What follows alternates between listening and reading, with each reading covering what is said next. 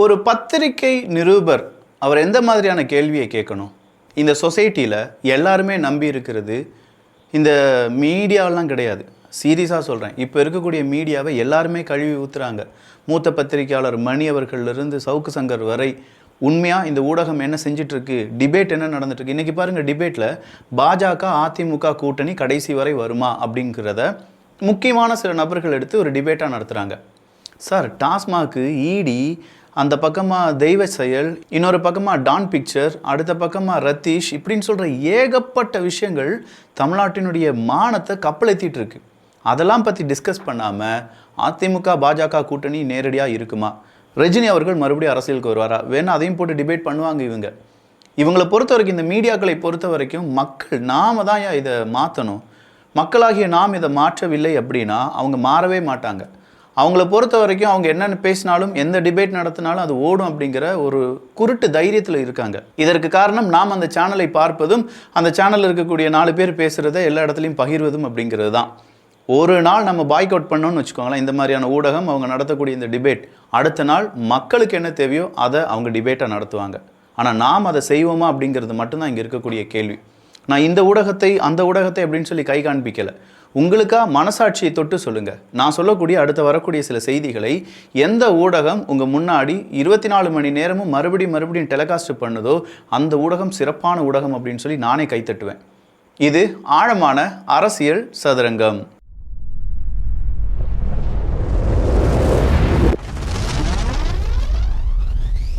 Kids bestie சார்பா நம்ம வீட்டு குழந்தைங்களுக்கு பேக் கொடுக்க போகிறோம் அப்படின்னு சொல்லியிருந்தோம்ல.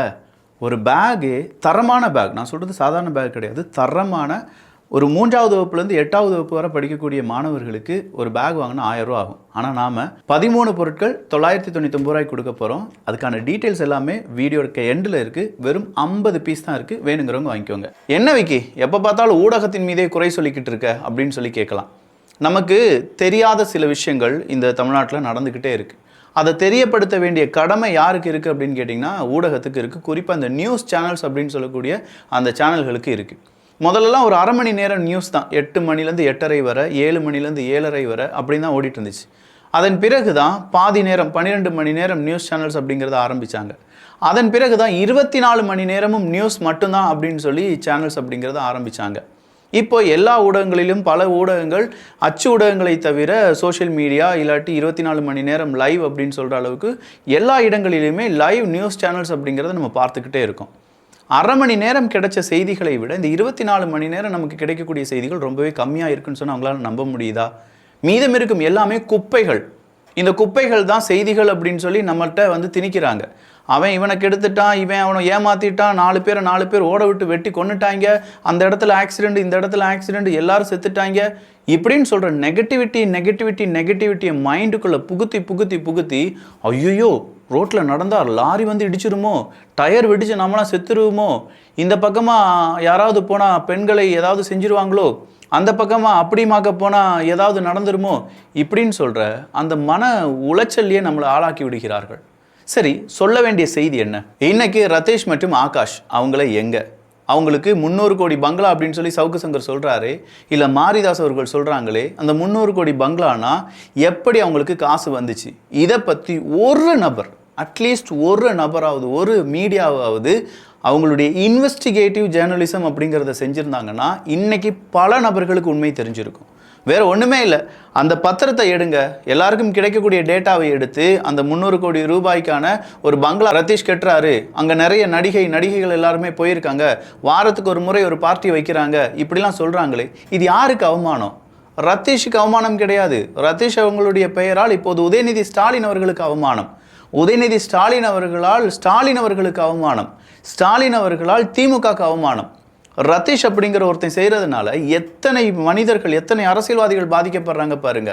ஸோ ரதீஷ் அப்படிங்கிறவனுடைய உண்மையான முகம் என்ன அப்படிங்கிறத ஏன் இந்த சேனல்ஸ் இன்வெஸ்டிகேட்டிவ் ஜேர்னலிசம் செஞ்சு யாருக்கும் இருக்காங்க? ஒரு மாதத்துக்கு ஒரு தடவை பார்ட்டி வைப்பார். அப்படி பார்ட்டியில் நயன்தாராவுக்கு புருஷன், அதே மாதிரி டிடி, இல்லாட்டி அங்கே இருக்கக்கூடிய அட்லியினுடைய பொண்டாட்டி இப்படின்னு சொல்லி எல்லாருமே போவாங்க, எல்லாருமே சும்மா கும்மாங்குத்து குத்துவாங்க அப்படின்னு சொல்லும்போது இப்படி ஒரு நட்சத்திர பட்டாளம் எப்படி ஒரு நபரை, அதுவும் 3 வருடத்தில் இவ்வளோ பெரிய ஃபேமஸாக மாறின ஒரு நபரை நம்பி போனாங்க? இவங்களெல்லாம் வளையத்துக்குள்ளே கொண்டு வாங்க. இவங்கெல்லாம் பெரிய செலிபிரிட்டிஸ், இவங்கெல்லாம் சாதாரண ஆட்கள் கிடையாது, யார் தெரியுமா அப்படின்னு சொல்லி பெரிய அளவில் ஃபோக்கஸ் பண்ணவங்களாம் இருக்காங்க. அவங்களும் சாதாரண மனிதர்கள் தான். என்ன, எங்களை விட கூடுதலாக ரெவன்யூ சம்பாதிக்கிறாங்க, அது மட்டும்தான். அழகாக இருக்காங்க அப்படின்னா கேட்டால் மேக்கப், அதை விட்டுட்டு வேறு எதுவுமே கிடையாது. அதை விட அழகான பெண்களும் ஆண்களும் இங்கே ஏராளம் இருக்காங்க. ஸோ இங்கே கொடுத்து வச்சிருக்கக்கூடிய ஹைப் மக்கள் மனசில் நீங்கள் இருக்கிறதுனால தான் இவ்வளோ பெரிய இடத்துல இருக்கீங்க. அப்போ நீங்களாவது உண்மையை சொல்லுங்கள். செலிபிரிட்டிஸ், நாங்கள் உங்களுக்காக நல்லது செய்ய வந்திருக்கோம், நாங்கள் உங்களுக்கு எல்லாமே நன்மையை தான் செய்வோம், நாங்கள் எடுக்கக்கூடிய படங்கள் எல்லாமே மக்களுடைய நன்மைக்காகத்தான் அப்படின்னு சொல்லக்கூடிய செலிபிரிட்டிஸ், அந்த ரத்தீஷ், இந்த மாதிரியான ஆட்கள், பார்ட்டி, அதுக்கு பின்னாடி இருக்கக்கூடிய போதை, 300 கோடி பங்களா, மேலே ஸ்விம்மிங் பூல், இதெல்லாம் சாத்தியமாயா? 1 சென்ட் இடம், அங்கே 1 கிரவுண்ட் இடமோ 1 சென்ட் இடமோ அங்கே கிட்டத்தட்ட 50 லட்சம் 60 லட்சமா, 60 சென்ட் வாங்கி போட்டிருக்காங்களாம். எப்படி இதெல்லாம் சாத்தியம் 3 வருஷத்தில்? இதை தான் இங்கே இருக்கக்கூடிய சேனல்ஸ் சொல்லியிருக்க வேண்டும். ஆனால் அந்த சேனல்ஸ் என்ன சொல்கிறாங்க? அதிமுக பாஜக கூட்டணி எக்கேடு கெட்டு போனால் உங்களுக்கு என்ன? ஒரு கூட்டணி எக்கேடு கெட்டு போனால் என்ன? இங்கே மனித சமுதாயமே பெரிய அளவில் சீரழிவில் இருக்கும்போது கூட்டணியை பற்றி பேசுறதுக்கு இங்கே இருக்கக்கூடிய ஊடகங்கள் யார் உத்தரவை கொடுத்தார்கள்? இதை பற்றி மட்டும்தான் பேசணும், வேற ஒன்றுமே வேண்டாங்க. இந்த தெய்வ செயல் அப்படின்னு ஒருத்தன், அவன் யார்? திமுகவில் முக்கியமான ஒரு பொறுப்பில் இருக்கக்கூடிய நபர். ஓகே, திமுகவில் முக்கியமான பொறுப்பு அப்படின்னா குற்றம் செய்யக்கூடிய எல்லாருக்குமே ஏதோ ஒரு கட்சி கூட ஒன்று அவங்க அபிமானியாக இருந்துடுறாங்க. ஞானசேகரன் திமுகவினுடைய அபிமானி, திடீர்னு பார்த்தா அவன் ஞானசேகரன் எங்கள் கூட யாருமே இல்லை அப்படின்னு சொல்லி மா சுப்பிரமணியம் அவர்கள் வந்து எல்லாருமே சொல்கிறாங்க. இப்போ இதே தெய்வ செயல் அப்படிங்கிறவனை இணை செயலாளர் அப்படின்னு சொல்கிறாங்க. அந்த இணை செயலாளர் இந்த தெய்வ செயலை இன்னைக்கு திமுக அவங்களுடைய பதவி விட்டு தூக்கியிருக்கு. நீ கட்சியிலே வேணாம் அப்படின்னு சொல்லியிருக்காங்க. ரொம்ப லேட்டாக செஞ்சுருக்காங்க திமுக. அதை கூட நம்ம மன்னிச்சிடலான்னு வச்சுக்கோங்களேன். ஆனால் இந்த தெய்வ செயல், அவனுக்கு எதிராக ஒரு பெண் வந்து வாக்குமூலம் கொடுக்குறாங்க, இதே மாதிரி 20 பெண் பாதிப்படைஞ்சிருக்கலாம் அப்படின்னு சொல்றாங்க. அவங்க காவல்துறைக்கு கொடுத்த ஆவணங்கள், ப்ரூஃப் எப்படிங்க திமுகவினுடைய ஐடி விங்குக்கு போச்சு? எப்படிங்க திமுகவினுடைய ஐடி விங்கை வைத்து நடத்தக்கூடிய ஒரு நபர் அந்த ப்ரூஃபை வெளியில விடுவார்? அப்படி விட்டதுனால அந்த பெண் மன உளைச்சலுக்கு ஆளாகி இன்னைக்கு சொல்றாங்க, எனக்கு வெளியில வர்றதுக்கே பயமா இருக்கு. நான் காவல்துறை அதிகாரிகளிடம் கொடுத்தது எப்படி திமுக ஐடி விங்கில் இருக்கு ஒரு பெயர் சொன்னாங்க. அந்த பெயரில், அந்த ஐடியிலேருந்து என்னுடைய புகைப்படங்கள் எல்லாமே பரவி வருகிறது. எப்படின்னு எனக்கு தெரியலையே அப்பா, சாமி எங்களை காப்பாத்துங்க அப்படின்னு சொல்கிறாங்க. அப்போ இந்த இடத்துல 2 கருப்பாடுகள், ஒன்று காவல்துறையில் ஏதோ ஒரு கருப்பாடு, இன்னொன்று இந்த திமுக ஐடி விங்கை நாசப்படுத்த வேண்டும் அப்படின்னு சொல்லக்கூடிய கருப்பாடுகள். எகைன் நீங்கள் பாருங்கள், காவல்துறை அதிகாரிகள் முழுவது பேருக்கும் அங்கே ஒரு கெட்ட பேர் உருவாகுது. எப்படி கெட்ட பேர் உருவாகுது? எஸ், அந்த பெண் கொடுத்த ப்ரூஃபை எப்படி அங்கே இருக்கக்கூடிய காவல்துறை அதிகாரிகள் யாருக்கும் தெரியாமல், 1 or 2 காவல்துறை அதிகாரி தான் அதை செஞ்சுருக்கணும், அதை திமுகவில் இருக்கக்கூடிய ஐடி விங் அப்படிங்கிற பெயரில் நடத்தக்கூடிய நபர்களுக்கு கொடுத்து அதை சோஷியல் மீடியாவில் இப்போ பாதிக்கப்படக்கூடிய பெண்களுடைய புகைப்படத்தையும் பெயர், அட்ரஸ், எங்கேருந்து இது உருவாகிட்டு இருக்கு தெரியுதா உங்களுக்கு? ஒரு காரை துரத்திட்டு 2 கார் போச்சு அப்படின்னு சொல்லி அந்த காரினுடைய உரிமையாளர்களுடைய ஒட்டுமொத்தமான ஜாதகமும் வெளியானது ஞாபகம் இருக்கா? அண்ணா யூனிவர்சிட்டியில் அந்த பெண்ணினுடைய பெயர்லேருந்து ஜாதகம் வெளியானது ஞாபகம் இருக்கா? இப்படின்னு சொல்லி பெண்கள் எங்கெல்லாம் பாதிக்கப்படுறாங்களோ அவங்களுடைய பெயரெல்லாம் வெளியில் கொண்டு வர்றாங்க. வெளியில் கொண்டு வரப்பட்டு அவங்க அவமானப்படுத்தப்படுகிறார்கள் அப்படின்னு சொல்லும்போது இங்கே காவல்துறையில் இருக்கக்கூடிய எல்லா காவல்துறை நண்பர்களுக்கும், எல்லா காவல்துறை அதிகாரிகளுக்கும் இதனால் இழுக்கு அப்படிங்கிறது ஏற்படுது. மக்கள் மத்தியில் நம்ம போய் கம்ப்ளைண்ட் கொடுத்தோம்னா எங்கே நம்ம பெயர் வெளியில் வந்துருமோங்கிற பயத்தில் மக்கள் நிறைய பேர் இதை பேச ஆரம்பிக்கிறாங்க. காவல்துறை உங்கள் நண்பன் அப்படின்னு சொல்லிட்டு இருந்த அந்த கூற்று மாறி போய் காவல்துறை அந்த கருப்பு ஆடுகள் உங்களுடைய எதிரியாக மாறிவிடலாம் அப்படிங்கிற பயத்தில் இருக்காங்க. அந்த பெண் பேசுகிறாள், எனக்கு இதுக்கு மேலே உயிரோடு இருக்கணுமான்னு தெரியல, நானே ஏதாவது செஞ்சுக்கலாமான்னு இருக்குது, அந்த பிள்ளைக்கு ஏதாவது கவுன்சில் கொடுங்கயா. பாதிக்கப்பட்ட பெண் தைரியமாக வந்து பொள்ளாச்சியில் ஒரு பெண் இதே மாதிரி வந்து தைரியமாக வந்து அவங்க கம்ப்ளைண்ட் கொடுத்ததுனால தான், அந்த பெண்ணை பற்றியான விவரங்கள் அதிக அளவு வெளியில் தெரியாமல் இருந்ததுனால தான் அடுத்தடுத்த பெண்கள் வந்து கம்ப்ளைண்ட் கொடுத்தாங்க. அங்கேயும் நடந்துச்சு. இதே பொள்ளாச்சி விஷயத்திலையும் ஏகப்பட்ட பிரச்சனைகள் நடந்தது. அந்த பாதிக்கப்பட்ட பெண், அவங்களுடைய உறவினர்கள் தாக்கப்பட்டார்கள் அப்படிங்கிற ஒரு செய்தி எல்லாமே வெளியானது. அதுக்கு தான் இன்னைக்கு அதிமுக கூப்பில் உட்கார்ந்துருக்காங்க. திமுகலையும் அதே தான் நடக்குது. அப்படின்னா இதை கண்டிக்க வேண்டிய அரசாங்கம், திமுகவினுடைய அரசு அதிகாரிகள், காவல்துறை கட்டுப்பாட்டில் வச்சிருக்கக்கூடிய மேன்மையான அதிகாரிகள், நல்ல அதிகாரிகள், மக்களுக்கான அதிகாரிகள் இதை கையில் எடுக்க வேண்டும். உங்களுடைய சேஃப்டி தாம்மா எங்களுடைய முக்கியம். தைரியமாக நீங்கள் பாதிக்கப்பட்டிருக்கீங்களா? ஓகே, நாங்கள் ஒரு இடத்துல ஃபெயிலியர் ஆகிட்டோம், உங்களை பாதிக்கப்படாமல் நாங்கள் பாதுகாத்திருக்க வேண்டும். இப்போ நீங்கள் பாதிக்கப்பட்டுட்டீங்க, அட்லீஸ்ட் உங்களுடைய ஐடென்டிட்டி, உங்களுக்கு தேவையான நீதியை நாங்கள் வாங்கி தருவோம் அப்படின்னு சொல்கிற காவல்துறை நாங்கள் கையெடுத்து கும்பிட்றோம். அதை விடுத்து நீ கம்ப்ளைண்ட்டே கொடுக்கக்கூடாது அப்படின்னு சொல்கிற அளவுக்கு மிரட்டப்படுகிறார்கள் அப்படின்னு சொல்கிறத எப்படி எங்களால் அக்செப்ட் பண்ண முடியும்? இந்த தெய்வ செயல் அவங்க திமுகவினுடைய உண்மையாக கட்சியில் இருந்திருக்கு, அவனை நாங்கள் வெளியில் அனுப்புகிறோம் அப்படின்னு சொல்லி திமுக சொல்லியிருக்காங்களே, இதை பற்றி ஏன் எந்த ஊடகமும் டிபேட் நடத்தலை? ஏன் இதை மக்கள் கேள்வி கேட்கல? ஏன் நீ டிபேட் நடத்தலடா, இதை விட முக்கியமானதா உனக்கு கூட்டணி அப்படிங்கிறத ஏன் மக்கள் கேட்கல? சோஷியல் மீடியாவை பார்க்கக்கூடிய ஒவ்வொரு மனிதனும் இப்படி கேள்வி, அங்கே இருக்கக்கூடிய எடிட்டர்ஸ், அங்கே இருக்கக்கூடிய முக்கியமான நபர்கள், நாங்கள் குரலற்றவர்களுடைய குரல், நாங்கள் தான் யாருக்கும் பயப்படாதவர்கள், நாங்கள் தான் உண்மையை பேசுவோம், மற்றவங்கெல்லாம் பொய்யை பேசுவாங்க. நீங்கள் பேசுகிறது எல்லாமே ஃப்ராடுத்தனமாக இருக்கியா? நீங்கள் மக்களை டைவெர்ட் பண்ணுறீங்க. நீங்கள் வேறு மாதிரி அரசியல் செஞ்சுட்டு இருக்கீங்க. ஊடகமே, இந்த ஊடகத்தில் இருக்கக்கூடிய ஒவ்வொரு நபர்களுக்கும் ஒவ்வொரு விதமான உணர்ச்சிகள் அப்படிங்கிறது இருக்கும். மேல்நிலையில் இருக்கக்கூடிய நபர்கள் இதை கட்டுப்படுத்துகிறார்கள். ஆனால் உண்மையிலேயே ஆசிரியர்களாக அந்த நியூஸை செக்ரேட் பண்ணுற, அந்த சேகரிக்கக்கூடிய நபர்கள் எல்லாருக்குமே நம்ம எப்படியாவது நல்ல நியூஸை கொடுத்தோம் அப்படிங்கிற ஒரு உத்வேகம் இருக்கும். ஆனால் அவங்க எல்லாத்தையுமே மேலே இருக்கக்கூடிய சில நபர்கள், சில கயவர்கள் என்ன செய்கிறாங்க, இந்த நியூஸை தான் நீ பாஸ் பண்ணணும், இந்த நியூஸை நீ பாஸ் பண்ணக்கூடாது அப்படின்னு சொல்லி அவங்களுடைய குரலை உடைக்கிறீர்கள்.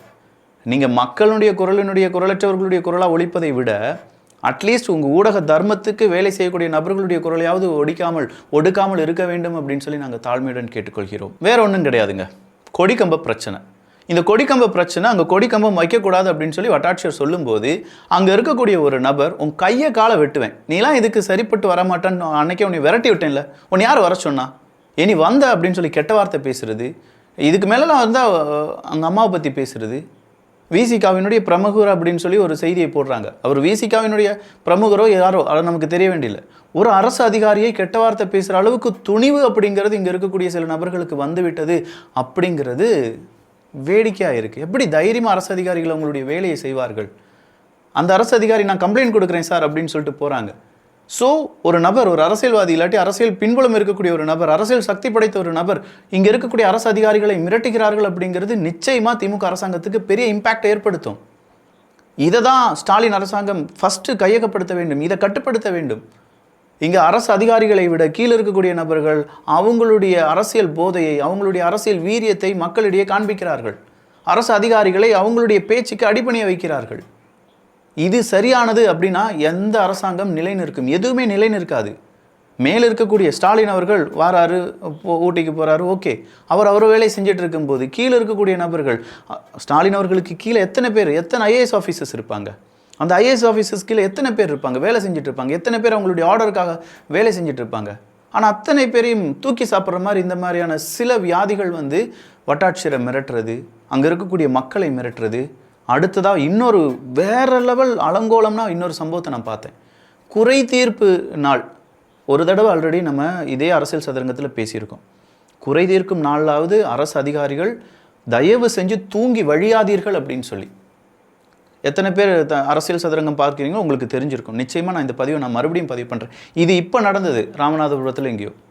குறை தீர்ப்பு நாள் அங்கே இருக்கக்கூடிய அரசு அதிகாரிகள் தூங்கி வழியிறார்கள். தூங்கி சார், இதெல்லாம் பாருங்கள் சார். எங்கள் வரி பணத்தை, எங்களுடைய ரத்தத்தை நாங்கள் உங்களுக்கு தந்துட்டுருக்கோம்.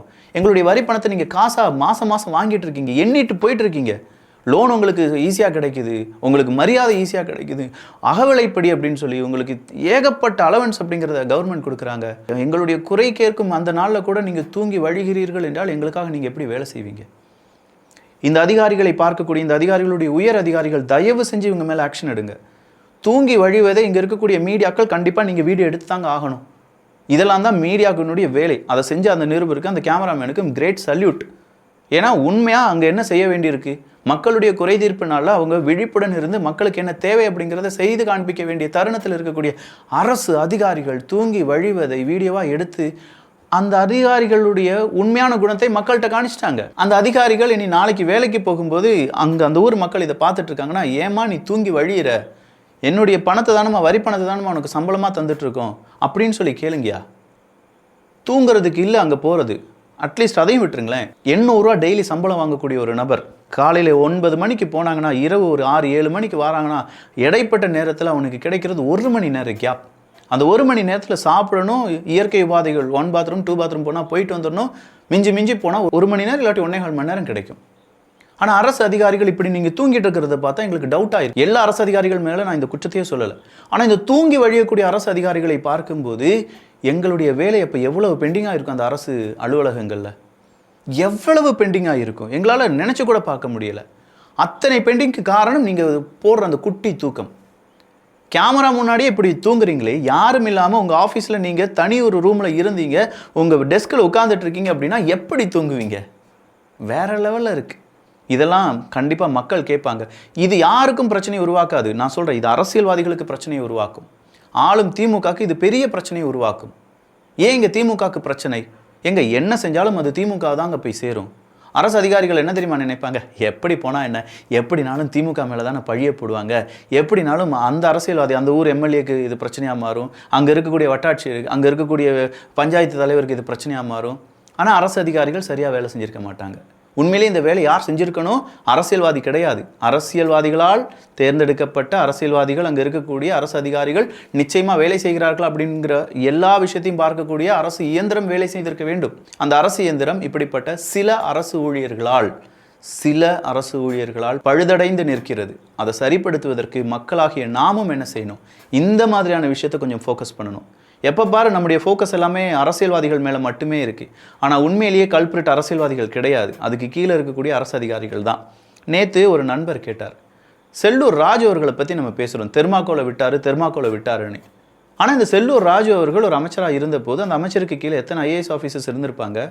நான் இந்த தெர்மாக்கோலை விட போகிறேன் அப்படின்னு சொன்னோன்னே அது செல்லூர் ராஜு அவர்களுடைய ஐடியாவாக இருந்தாலுமே படித்த ஒரு அரசு அதிகாரி அங்கே இருந்திருப்பாங்க. ஒன்றுக்கு நிறைய பேர் இருந்திருப்பாங்க. ஒரு அதிகாரி கூட இந்த செல்லூர் ராஜு அவர்கள்ட்ட இது ஒத்து வராதுங்க, இதை நம்ம விடக்கூடாது அப்படின்னு அந்த ஐடியாவே சொல்லலையா? புரியுதா உங்களுக்கு? நம்ம யார் மேலே குத்தம் சொல்லிட்டு இருக்கோம்? செல்லூர் ராஜு அவர்கள் மேலே குத்தம் சொல்லிட்டு இருக்கோம். ஓகே, அவர் அமைச்சராக இருந்தார், அதை விட்டார், தப்பு. ஆனால் அதை விட குற்றம் புரிந்தவர்கள் யார்? அவருக்கு இந்த விஷயத்தை சொல்லிக் கொடுக்காத அவர். ஓகே, அவர் படிப்பறிவில் அரசியல்வாதி, இங்கே படித்து சூப்பரான பொசிஷனில் இருக்கக்கூடிய அரசு அதிகாரிகள் என்ன செஞ்சாங்க? இன்றைக்கி என்னுடைய ஃபோக்கஸ் எல்லாமே நான் டிஃப்ரெண்ட்டாக பார்த்தேன். அரசியல் செய்தியை அரசியல்வாதியாக பார்க்காம அரசு அதிகாரிகள் என்ன தவறு செய்தார்கள் அப்படிங்கிறத பார்த்தேன். நாளைக்கு இதை விட வேறொரு டிஃப்ரெண்ட்டான ஒரு கான்சன்ட்ரேஷனில் சில செய்திகளை பார்க்க போகிறேன். அது என்ன அப்படிங்கிறதும், ஆதவர்ஜுன் அவர்கள் பேசினது, எடப்பாடி பழனிசாமி அவர்களுக்கு எதிராக பேசினது, எடப்பாடி பழனிசாமி அவர்கள் ஸ்டாலின் அவர்களுக்கு எதிராக பேசினது அப்படிங்கிறதெல்லாம் வேறொரு பதிவில் பார்க்கலாம். இந்த பதிவு மக்களாகிய நீங்கள் யோசிக்கிறதுக்கு தான். இங்கே எங்கே தப்பு நடந்துட்டுருக்கு அப்படிங்கிறதுக்கான ரூட்டை நம்ம கண்டுபிடிச்சிருக்கோம். அந்த ரூட்டை சரிப்படுத்திட்டாலே, அரசு இயந்திரம் சரியாக வேலை செஞ்சிட்டாலே அரசியல்வாதியால் பொய் சொல்ல முடியாது அப்படிங்கிறத 100% நான் இன்றைக்கி நம்புகிறேன். பார்க்கலாம் எப்படி மாற்றம் நடக்குது. திமுகவை சார்ந்தவங்க தயவு செஞ்சு 10 மாதம் இருக்குது, உங்களுடைய கட்சிக்கு உங்களுடைய ஆட்சிக்கு பெரிய அவமானத்தை சில அரசு அதிகாரிகள் ஏற்படுத்துகிறார்கள். அவங்கள நீங்கள் கண்டுபிடிச்சிட்டீங்க. மக்கள் மத்தியில் எல்லா குறைகளும் அங்கே நீக்கப்படக்கூடிய அளவுக்கு அரசு அதிகாரிகள் வேலை செய்ய ஆரம்பிச்சிட்டாங்கன்னா கண்டிப்பாக சொல்கிறோம், அடுத்த வருஷமும் அடுத்த எலெக்ஷன்லையும் திமுக வந்துடும். இந்த மாதிரியான அரசு அதிகாரிகள், அரசு இயந்திரம் எங்கெல்லாம் பழுதாய் நிற்கிறதோ அதெல்லாம் சரிப்படுத்திட்டீங்கன்னா நிச்சயம் ஒரு மாற்றம் உருவாக வாய்ப்புகள் இருக்கின்றன. 2 விதமான பேக் அப்படிங்கிறத அரேஞ்ச் பண்ணியிருக்கோம். ஒன்று பாய்ஸுக்கு, இன்னொன்று கேர்ள்ஸுக்கு. இந்த பேக் அப்படின்னு சொல்லும்போது 3 அறைகள், 3 சிப் அப்படின்னு சொல்லுவோம்ல, 3 சிப் ப்ளஸ் சைடில் இருக்கக்கூடிய தரமான 3D ப்ரொஜெக்டட் பேக். சாதாரணது கிடையாதுங்க, ஹெவி டியூட்டி பேக். அது மட்டும் இல்லாமல் ஹை குவாலிட்டியான ஜிப், அது கூடவே உங்களுக்கு ஒரு ஸ்டேஷனரி கிட். அதில் 2 பென்சில், ஒரு மார்க்கர், ஒரு இரேசர், ஒரு குட்டி ரப்பர், அது கூடவே கிரையான்ஸ், அதெல்லாம் வைக்கிறதுக்கான ஒரு பாக்ஸ். இப்படி ஒரு ஸ்டேஷனரி கிட். கூடுதலாக ஒரு குட்டி லஞ்ச் பேக் அப்படிங்கிறதும், ஒரு வாட்டர் பாட்டில் அப்படிங்கிறதும், நல்ல ஹெவி குவாலிட்டியான வாட்டர் பாட்டில் அப்படின்னு ஒன்றும், 30 சென்டிமீட்டர் இருக்கக்கூடிய ஃபோல்டபுள் ஸ்கேல் வித் அது கூடவே கேம் விளையாடுற மாதிரி குட்டியான அன்பிலீவபிள் ஸ்கேல் அப்படிங்கிறது ஒன்றும், புக்ஸ் இல்லாட்டி ஆர்ட் ஒர்க் செய்கிற மாதிரியான 2 க்ளூ ஸ்டிக் அப்படிங்கிறதும், tattoo pen 3 colour tattoo pen, அப்படி இல்லைனா இதை க்ளூ பென் அப்படின்னு சொல்லுவாங்க, 3 க்ளூ பென் அப்படிங்கிறதும், கூடவே 2 அன்லிமிட்டெட் பென்சில் வித் இரேசர். வேறு லெவலில் இருக்கும், அது 2 கிடைக்கும். இப்படி எல்லாமே சேர்த்து தான் 999 ரூபா. வேணுங்கிறவங்க வாங்கிக்கோங்க. லிமிட்டெட் குவான்டிட்டி, 50 பீஸ் தான் இருக்குது. நான் ஓப்பனாகவே சொல்லிடுறேன். ஏன்னா பேக்லாம் எப்படி போகணும் அப்படிங்கிறது எனக்கு தெரியாது. என் வீட்டு குழந்தைகளுக்கு 3 பீஸ் வாங்கும்போது எக்ஸ்ட்ராவாக இருக்கட்டும்னு சொல்லி ஒரு 97 பீஸ் வாங்கியிருந்தேன். அதை தான் இப்போ 100 பீஸ் அப்படின்னு நான் உங்ககிட்ட சொல்கிறேன், 50 பீஸ். ஸோ வேணுங்கிறவங்களுக்கான லிங்க் கீழே டிஸ்கிரிப்ஷனில் இருக்குது, வாங்கிக்கோங்க. நல்லதை பகிர்ந்து நல்ல சமுதாயத்தை உருவாக்குவோம். நன்றி, வணக்கம்.